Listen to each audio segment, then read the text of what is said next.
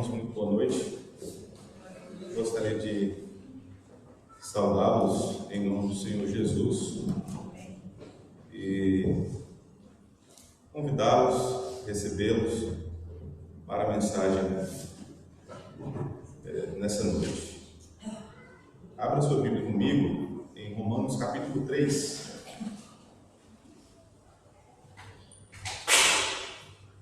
Vamos dar continuidade às nossas mensagens aqui nesta carta.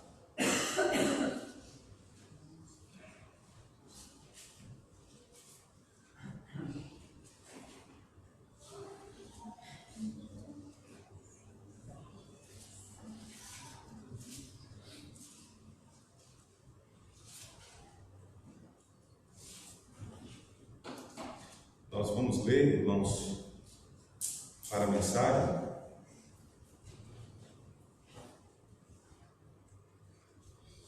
os versos de 21 a 24.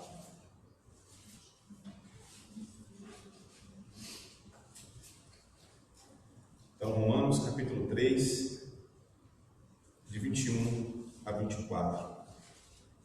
Diz assim o texto sagrado: Mas agora se manifestou uma justiça que provém de Deus, independente da lei, da qual testemunham a lei e os profetas. Justiça de Deus mediante a fé em Jesus Cristo, para todos os que creem. Não há distinção, pois todos pecaram e estão destituídos da glória de Deus, sendo justificados gratuitamente por sua graça, por meio da redenção que há em Cristo Jesus. Amém. Até aqui a leitura. Vamos ler? Vamos, depois de ler, orar e pedir a direção do Senhor. Santo Deus e Pai, diante de Ti suplicamos assistência, porque nós somos limitados e é segundo o Teu Espírito que podemos contemplar a verdade bíblica. Então, ó Deus, dirige as nossas mentes, os nossos corações, a fim de que possamos visualizar a verdade do Evangelho nesses versículos. E ao visualizar, nos conscientizemos da verdade, da fé que há em Jesus Cristo, nosso Salvador, e a certeza de salvação. Nos abençoe, Pai, nesta noite, e suplicamos por graça e direção. E oramos com gratidão em nome de Jesus. Amém. Irmãos, nós chegamos aqui em versículos que são centrais no entendimento do Evangelho. A gente sabe que apesar de quem somos, Deus agiu para o nosso benefício. Isso aí é o âmago do que podemos chamar de Evangelho, é o centro daquilo que Deus comunica para nós, pecadores perdidos. Até aqui nós vimos que Paulo encerrou todo mundo debaixo do pecado. E, como querendo dizer, todos são falhos perante Deus e não conseguem cumprir as demandas exigidas por Ele. Então, nessa situação, o ser humano precisa desesperadamente de assistência. O ser humano precisa desesperadamente de salvação. Ele precisa que Deus intervenha em sua história para lhe conceder redenção. A primeira parte, portanto, da carta de Paulo aos Romanos, que vai do capítulo 1 até o versículo 20, aqui do capítulo 3, fala sobre isso, né? Os gentios, mesmo não tendo uma revelação específica de Deus, contida nas Escrituras, são pecadores, porque rejeitaram a manifestação de Deus na natureza, manifestaram a manifestação de Deus na própria personalidade humana. E ao rejeitarem essa manifestação, eles são culpados diante de Deus. Os judeus, por sua vez, embora recebendo a revelação escrita da parte de Deus, também não cumpriu as exigências do Senhor, porque tanto os gentios quanto os judeus são pecadores e precisam de salvação, necessitam de salvação urgentemente.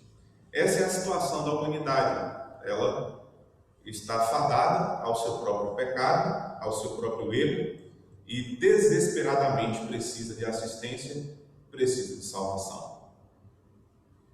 E a partir desses versículos, o apóstolo Paulo descreverá como é que Deus nos resgatou, né? O que ele faz, ou o que ele fez na eternidade para que nós pudéssemos ser justificados, para que nós pudéssemos ser aceitos, para que assim, apesar de nós, viríamos a atingir a demanda que Deus exige, demanda de perfeição, demanda de santidade, aquilo que Ele de fato precisa para acalentar, ou melhor dizendo, calar, não é, a sua ira. E veio o Senhor Jesus Cristo, no decorrer da história humana, morreu por nós, entregou a sua vida, verteu o seu sangue para que nós pudéssemos então ter acesso perfeito ao nosso Deus.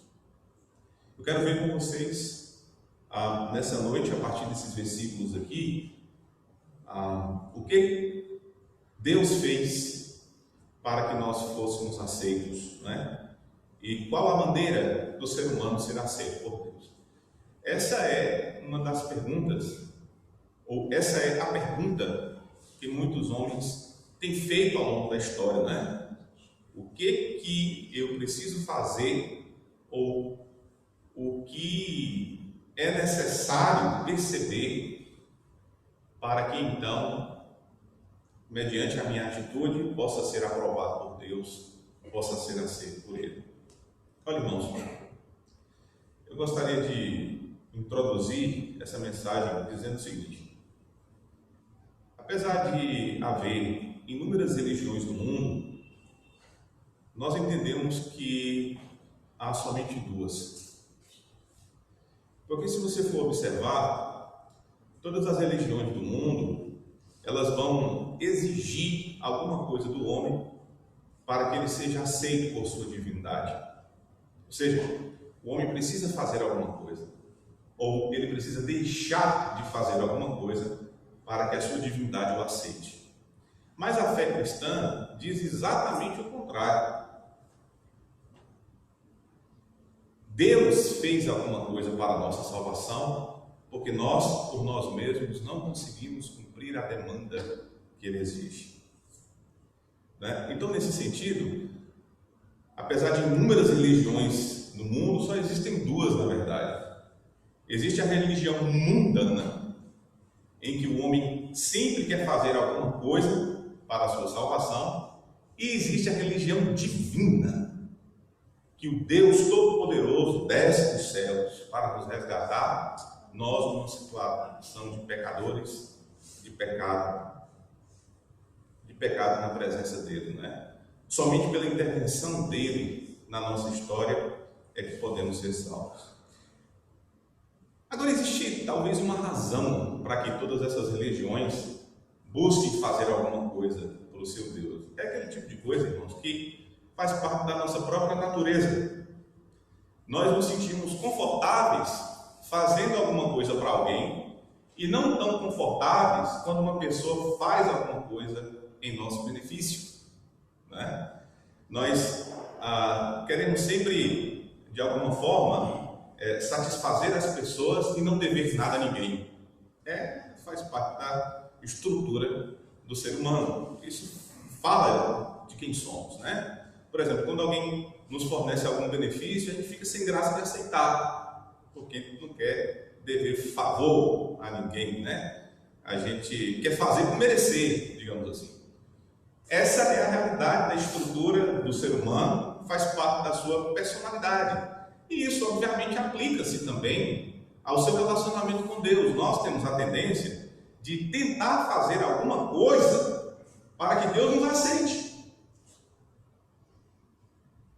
Como se assim não devêssemos nada para o nosso Deus, né? No entanto, irmãos, a verdade é que, como pecadores, tudo que a gente possa fazer, segundo as Escrituras, é tratado como imundícia. O profeta Isaías diz que as nossas obras de justiça são trapos da imundícia, né? Aquele tipo de trapo, ou aquele tipo de pano que os leprosos usavam, que era um tipo de pano completamente descartável. Ninguém usava o pano que um leproso usava. Ninguém tinha contato com esse negócio, né? Essa é a situação, portanto, do ser humano em relação a Deus. Ele precisa, portanto, abrir mão dele, abrir mão do orgulho dele, abrir mão de quem ele é. E é por isso que a fé em Jesus Cristo vem acompanhada de arrependimento. Jesus Cristo diz assim: vocês têm que arrepender do pecado de vocês, né? E crer no Evangelho. Arrependam-se e crede no Evangelho. Então nós precisamos, de fato, anular quem somos e permitir com que a graça que nos advém da cruz seja completa nas nossas vidas para a nossa redenção, para a remissão dos nossos pecados. Irmãos, existe um questionamento que também faz parte da nossa natureza, que é o seguinte: nós, quando pecamos, perguntamos: será mesmo que eu sou salvo? Né? A gente pecou, falou: meu Deus, estou aqui servindo a Jesus Cristo, né? Tenho Deus em prioridade na minha vida, mas agora pequei, será mesmo que eu sou salvo? Mas quem diz que depende de você? A salvação não depende de você. A salvação não depende de mim. A salvação depende única e inteiramente daquilo que Jesus Cristo fez na cruz do Calvário para nos resgatar. Então eu e vocês, irmãos, podemos ficar tranquilos, porque apesar de nós, Deus nos salvou. Deus nos aceita em Cristo Jesus e Ele estende boa mão para nós, para nos encaminhar segundo a verdade do Evangelho.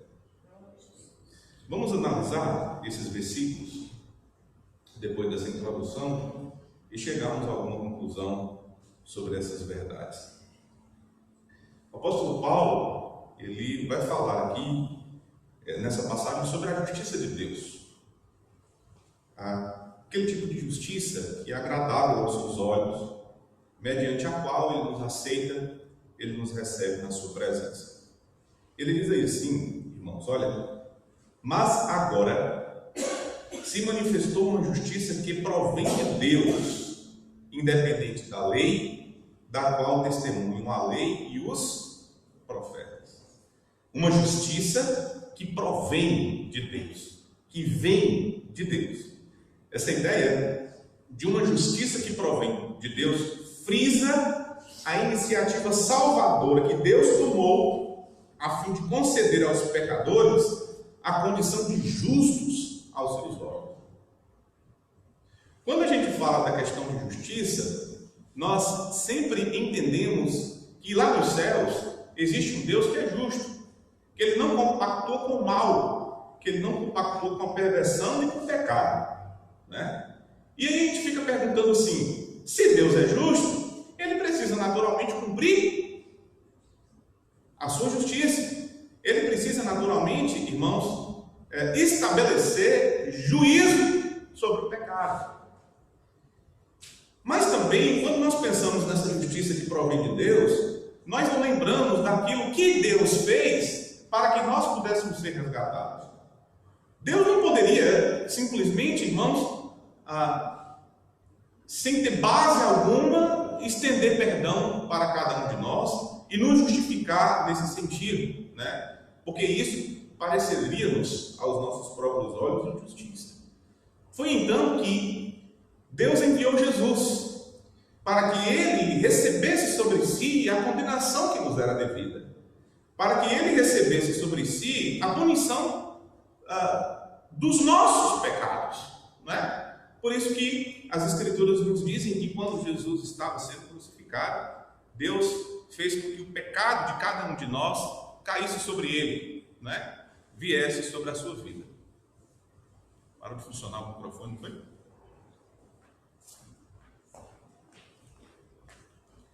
Bom, enfim, eu acredito que os irmãos estão me ouvindo aí, então não?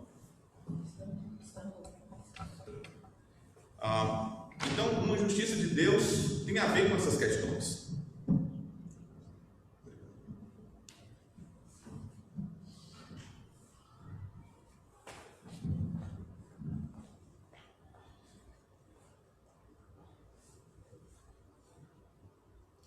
Aí nós também temos a informação de que, independente da lei, da qual testemunham a lei e os profetas, né? Deixa eu desligar isso aqui.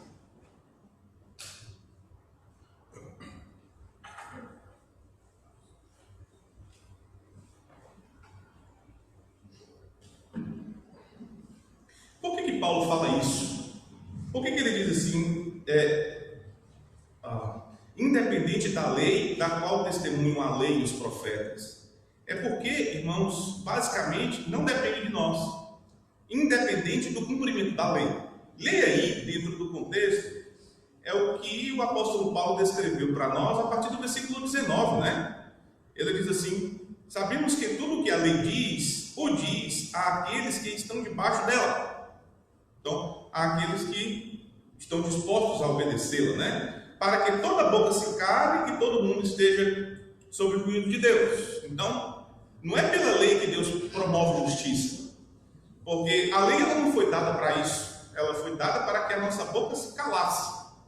Deus nos deu a lei para calar a cada um de nós, para que nós não pudéssemos falar absolutamente nada diante dele. E ainda mais, portanto, ninguém será declarado justo diante dele baseando-se na obediência da lei. Porque é mediante a lei que nos tornamos plenamente conscientes do nosso pecado. Então Deus nos deu a lei para que a gente tenha consciência de pecado e perceba que nós não conseguimos cumprir as demandas da lei. Nós não conseguimos cumprir as demandas daquilo que Deus exige de nós. Jesus veio, cumpriu perfeitamente a lei e nesse sentido pode, portanto, nos substituir. E assim temos acesso perfeito a Deus.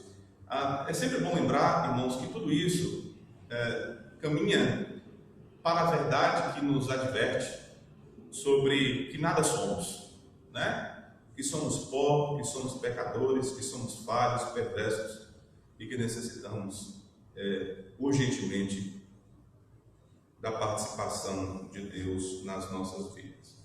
E Paulo ainda diz mais que a justiça que provém de Deus, independente da lei, da qual testemunham a lei e os profetas. Ou seja, a salvação que há em Jesus Cristo estava, irmãos, desde o Antigo Testamento revelada. No entanto, hoje, no Novo Testamento, ela fica mais clara. Mas desde as páginas do Antigo Testamento, nós temos observado a verdade de que, como seres humanos, somos pecadores e a salvação há num substituto. Se você olha ao longo do Antigo Testamento, você vai perceber isso, desde Gênesis capítulo 3, verso 15, não é? Em que Deus promete um descendente que esmagaria a cabeça da serpente. Gênesis capítulo 12, nós temos lá a informação de que na descendência de Abraão, todas as nações da terra seriam abençoadas. Posteriormente, nós temos a própria promessa a Davi, que em sua descendência haveria de suster-se um justo, né? De aparecer um justo para nos salvar. Quando a gente olha para os Salmos, nós temos a informação da Bíblia assim: bem-aventurado o homem a quem Deus não lhe atribui culpa e é misericordioso. E Davi fala isso, irmãos, depois que acabou de pecar. Se você olha pelas páginas dos profetas, os profetas anunciam essa verdade. Isaías capítulo 53, Deus fez cair sobre ele a maldade de todos nós e se agradou em moê-lo para que nós pudéssemos ter, portanto, salvação e vida eterna. Então, uma justiça que provém de Deus, que já estava revelada no Antigo Testamento, mas que agora no novo ficou clara, de que Deus aceita o homem mediante a fé que há em Jesus Cristo, nosso Salvador, por meio de um substituto. Aí ele diz, né, bem claro, no versículo de número 22, justiça de Deus, repete a expressão, né? Mediante a fé em Jesus Cristo para todos os que creem. Então, a justiça que provém de Deus mediante a fé em Jesus Cristo. Ou seja, lembra que no início eu disse para vocês que Deus seria injusto, irmãos, se simplesmente nos aceitasse, porque nós somos pecadores maus, perversos. No entanto, irmãos, Jesus Cristo age de maneira perfeita diante de Deus. Ele cumpre as demandas que Deus exige na lei. E então, Deus pega dessa justiça de Jesus Cristo e aplica em nós. É uma justiça alheia. É uma justiça transferida. Não é a nossa própria justiça, mas a justiça de Jesus Cristo aplicada a cada um de nós. E quando a justiça de Deus, que está em Cristo Jesus, é aplicada em nós temos, portanto, aceitação da parte do Pai. É por isso, irmãos, que a salvação acontece mediante a fé que há em Jesus Cristo. Nós devemos nos depositar completamente nessa verdade. Nós devemos nos submeter a essa verdade de que foi a justiça de Jesus Cristo aplicada em nós que faz com que nós somos aceitos por Deus. Somente assim podemos ser aceitos por Deus. Deixarmos de ser orgulhosos. Isso aqui acaba com a nossa vanglória. Nos coloca lá embaixo, irmãos, para que percebamos que somos pó e que dependemos exclusivamente de Jesus Cristo. É por isso que a salvação acontece pela fé que há em Jesus Cristo. Tem muita gente que vê o cristianismo como uma obrigação, porque ele acha que vindo à igreja, fazendo aquilo que deve fazer, ele vai conseguir a aceitação da parte do Pai. Não vai! Ele só vai conseguir a aceitação da parte do Pai mediante a fé que há em Jesus Cristo, pois somente a justiça que há em Jesus Cristo, atribuída a cada um de nós, transferida para a nossa conta negativa, é que faz com que nós sejamos aceitos por Deus. Do contrário, não seremos, né? E hoje, infelizmente, eu quero falar ao coração de todos vocês, irmãos, porque nós não devemos ver o cristianismo como uma obrigação, porque não há nada que a gente possa fazer para que Deus nos aceite. O cristianismo, a fé cristã, é a consciência de que há um Redentor e de que Ele garante para nós purificação de pecados, de que Ele garante para nós a capacidade agora de viver para Deus. Aqui, quando a gente fala de justificação, nós lembramos também de quê? Condenação. Isso Deus vai fazer lá no futuro. É lá no futuro, como juiz, é que Ele vai justificar alguém e que Ele vai condenar alguém. Só que o Evangelho, irmãos, é justificação escatológica. O que é isso? Aquilo que Deus vai fazer lá no futuro, é por isso que está tudo na eternidade, né? Aquilo que Deus vai fazer lá no futuro já está certo na história. E já está tão certo na história que o apóstolo Paulo aplica nas nossas vidas hoje. É assim que a gente deve ver. A justificação, ela está na eternidade. Ela não permeia a nossa história pequena e passageira. É efêmera. A justificação está lá, é coisa de Deus. Como alguém já disse, né? É briga de Deus com Deus na cruz, para resolver o problema do pecado humano. O Deus que vai se assentar no trono e que vai condenar uns e justificar outros, nos garante um futuro certo, tão certo, que nós podemos aplicar essa verdade hoje e viver a vida cristã na esperança de que quando partirmos daqui estaremos para sempre com o Senhor. Fé em Jesus Cristo, fé em Jesus Cristo para todos os que creem. Aí ele diz mais, porque não há distinção. Todos pecaram. Todos pecaram. Né? É por isso que tem que ser por Jesus Cristo. Porque todos pecaram. Todos pecaram e estão destituídos aí, irmãos, da glória de Deus. Ninguém chega sequer a aproximar-se dos padrões de Deus, como eu disse para os irmãos. Estão separados. Aqui, eu me lembro de Isaías capítulo 55, onde Deus diz assim: os meus caminhos e os meus pensamentos são mais altos do que os vossos caminhos e os vossos pensamentos. Ou seja, a conduta divina é completamente distinta da conduta humana. Existe um abismo assim, entre nós e Deus, né? Assim como os céus estão distantes da terra, assim também os meus caminhos e os meus pensamentos estão distantes dos vossos caminhos, dos vossos pensamentos. Existe uma demanda que a gente não consegue cumprir. Todos nós pecamos e estamos destituídos da glória de Deus. Destituído aqui quer dizer está em falta, né? Destituído, irmãos, tem a ver com essa questão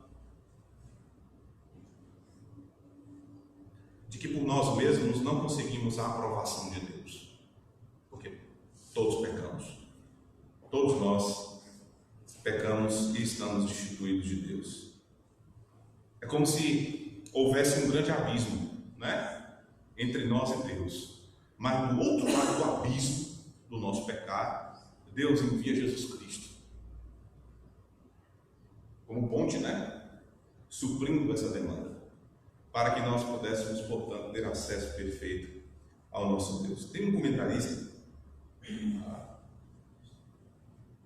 o Henry Moore, que ele diz assim: eu gostei do que ele falou, porque tem muito a ver com a realidade desses versículos. Ele diz assim: a prostituta, o mentiroso e o assassino estão destituídos da glória de Deus, mas você também está.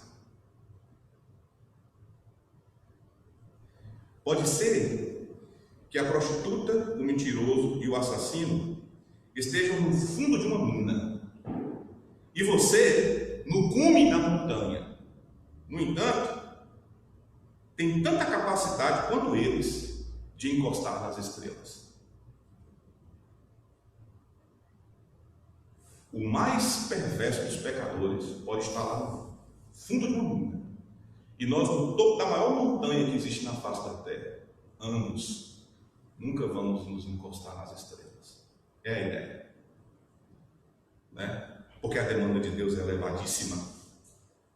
O homem mais moral que possa existir na face da terra não consegue chegar às estrelas, não consegue suprir as demandas que Deus exige.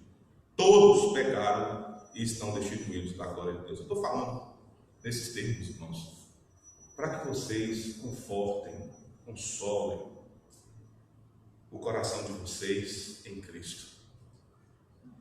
Porque a gente já vive muito angustiado com as mazelas do pecado, com a maldade que há no mundo. Não podemos ser angustiados com a incerteza da salvação. Devemos confortar a nossa mente, o nosso espírito, a nossa alma, o nosso coração, na verdade de que Jesus Cristo morreu por nós e nele Deus nos aceita. E aí, versículo 24, caminhando para o final, né? Paulo diz assim: sendo justificados, ó redundância, né, que ele usa aqui, ele diz assim: sendo justificados gratuitamente por sua graça.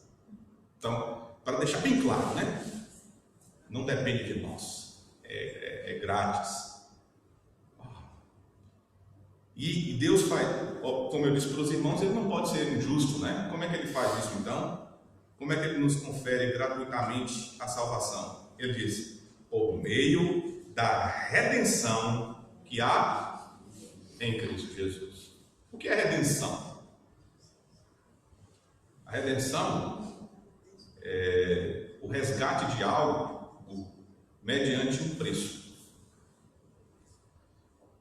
Irmãos, vocês se lembram que na lei, alguém que tinha um boi chifrador poderia morrer por causa do seu boi chifrador. A lei diz que se um fazendeiro tiver um boi chifrador, ele deve deixar o boi chifrador preso. Porque se esse boi chifrador sair por aí, né, e matar alguém, ele deveria pagar com a sua própria vida. No entanto, havia um resgate. Interessante, né? Havia um resgate. Porque esse tipo de assassinato seria um assassinato culposo, digamos assim, não doloso. É claro que ele foi descuidado, mas ele não tinha a intenção, né, de promover assassinato. E então a lei estabeleceu um resgate, mediante a preço, pagava alto, ele poderia então resgatar em relação à sua própria vida, né, digamos assim. Então é mais ou menos isso. Jesus Cristo é o nosso Redentor. É mediante Jesus que há redenção, que há aceitação. Nós deveríamos morrer, mas Jesus Cristo nos redimiu. Ele pagou o preço exigido. Ele morreu na cruz do Calvário e assim pôde perfeitamente nos substituir. Como eu quero concluir essa mensagem com vocês nessa noite, irmãos? Uma palavra só. Não venha para a igreja, não sirva a Jesus Cristo como obrigação. Não faça isso não. Porque Deus não vai aceitar nada disso. Venha para a igreja, sirva a Jesus Cristo por gratidão. Porque não é vindo para a igreja e servindo a Jesus Cristo que você vai alcançar a salvação.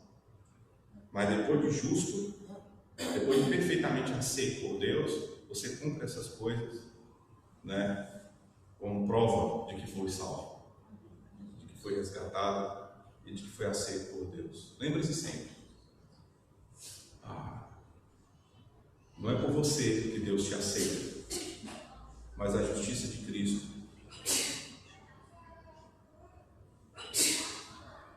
é aquela que Deus usa e aplica em nós, para que nós sejamos aceitos. Santo Deus e Pai, não temos como agradecer o resgate que há em Cristo. O preço foi altíssimo e também não temos como pagar, graças a Deus que Jesus pagou e pode aplicar nas nossas vidas a sua justiça. Então, ó Deus, conforte os nossos corações nessa noite e nos deixe tranquilos quanto à nossa salvação. Há a garantia de perfeita redenção em Jesus Cristo e estamos certos de que quando partirmos daqui, seremos recebidos por Ti na eternidade. Tu és o único digno de glória, o único digno de honra, de agradecimento, porque nós, Senhor, somos pobres, perversos, pecadores maus. Então nos curvamos diante de Ti e com um coração extremamente grato louvamos o Teu nome. Nos abençoe, Pai, no restante de noite e também ser conosco durante toda essa semana. Aguardamos a Tua participação em todas as coisas. Glorifiquemos o Teu nome como é devido e vivamos vidas dignas de Deus. Ser conosco, Pai, nos encaminhe para o Teu serviço. É o que pedimos com gratidão em nome de Jesus. Irmãos, nós temos aqui